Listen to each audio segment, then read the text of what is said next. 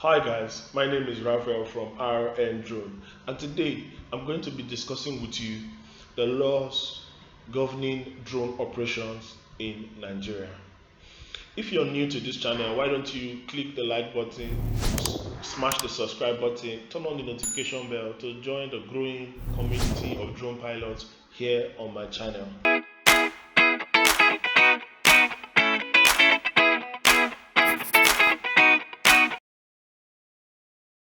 Alright, here with me, I have 7 general rules for drone operation in Nigeria.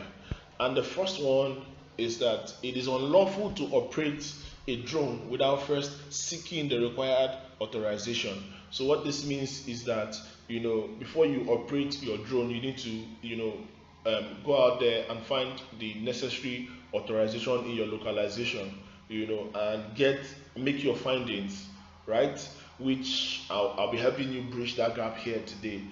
So it's necessary you know the laws, governing drone operation in your localization, so you don't get into trouble. So you don't, get into trouble with the necessary authorities. All right. So it says here also in my first point that flight plans must be submitted to NCAA for authorization prior to conducting each individual drone flight within Nigeria. So the NCAA has requested that before we fly our drones, that we submit a flight plan for approval. As funny as it sounds, you need to know it. I was discussing with somebody the other day, and I said to him, I said, it's not actually flying your drone above restricted areas that gets you arrested. Because sometimes when you fly your drone across restricted areas, you don't get caught. Sometimes, they don't even know who's flying the drone, and sometimes they don't even know a drone flew past that restricted area. However, it is posting that video that gets you arrested. And sometimes people end up posting this video with a direct link to their self because they actually did not know that flying in those areas was actually an offense. So I tell people, even if you need to break the rules, you need to know them, right? And I'm not encouraging you to break the rules. I'm just encouraging you to get better knowledge, about the laws governing drone, aviation in drone piloting in Nigeria. And again, to add to that, one bad decision from one drone pilot can cause problem for all other drone pilots. One bad decision for one drone pilot can cause problem, in the sense that it can cost the authorities to come up with more rules that will make life difficult for us. All right. So the second general rule I would pick out is that drone that weighs 250 grams or more needs to be registered. So you need to register drones that weigh 250 grams or more. In another video I'll be posting soon, I'll show you where and how to register your drone. Actually, you can register your drone as for leisure, or you can register it for commercial purpose. However, it's important to note that if you register your drone for leisure, it's actually free.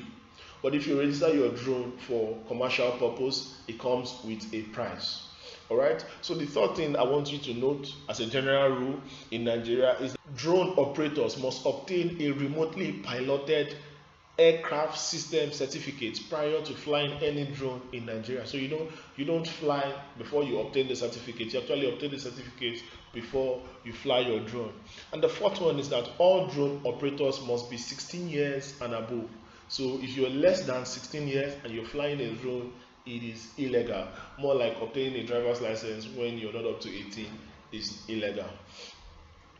Okay, so the fifth one is that drones may not be operated in a reckless or otherwise manner that causes harm to a person, property, or the aircraft. All right, so you do not fly your drone in a manner where you will be a problem to somebody else, where it may pose a threat or harm to somebody else. You don't fly your drone across somebody's window. You don't fly your drone above a crowded population. Of course, I know so many of us fly our drones indoor over events and weddings, and all of that is now common in Nigeria. But you need to know that it's not safe to fly your drone above crowded areas because you can harm somebody. All right, so the sixth point to note is that do not fly across the interstate border. Do not fly across interstate border. According to NCAA rather, it's prohibited to fly across interstate border. And the seventh point is that you should not operate over the high sea without proper authorization from the air traffic control. So you need to obtain authorization before you can be able to fly above the high sea. So it's important to note. So you don't just wake up one day and see, and maybe you're on a boat cruise, or you're whatever, in over the high sea, and you decide to just take up your drone up. You just decide to take your drone up. It will be an offense. All right. In addition, there's a document I have here that was published by the NCAA on October 9th, 2020. It's a document that says a lot about the law, and I hold it in high esteem because it comes straight from the people making the laws governing drone operations in Nigeria. It actually has a lot in it too. I won't be able to dive into all of it, but I'll be leaving the link in my description below so you can download and read for yourself.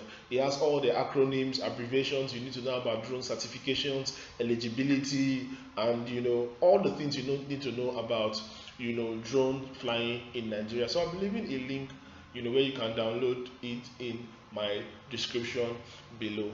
Thank you. If this video has been helpful today, why don't you click the like, smash the subscribe button, and turn on the notification bell to get more updates and join the increasing population of drone pilots here on my channel. Thank you.